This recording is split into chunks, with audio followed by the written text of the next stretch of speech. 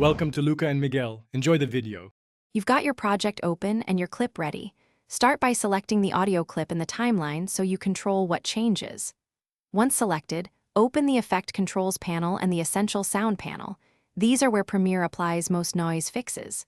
If Essential Sound is assigned, click Dialog and unassign or toggle Repair Reduce Noise off.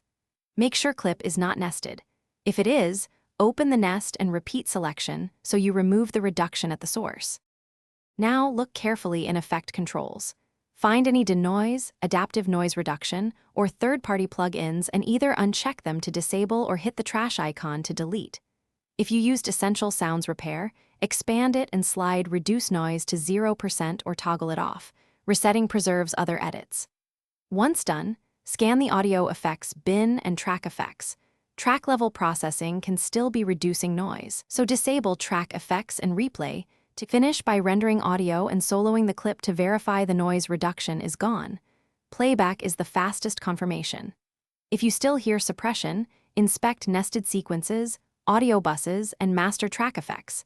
Something upstream may be altering sound. As a troubleshooting tip, duplicate the clip and disable effects /B to isolate which effect caused the reduction. If nothing shows, export a short WAV to check outside the timeline. Make sure hardware monitoring isn't adding processing during. Thanks for watching and please subscribe. It's the best investment you'll ever make.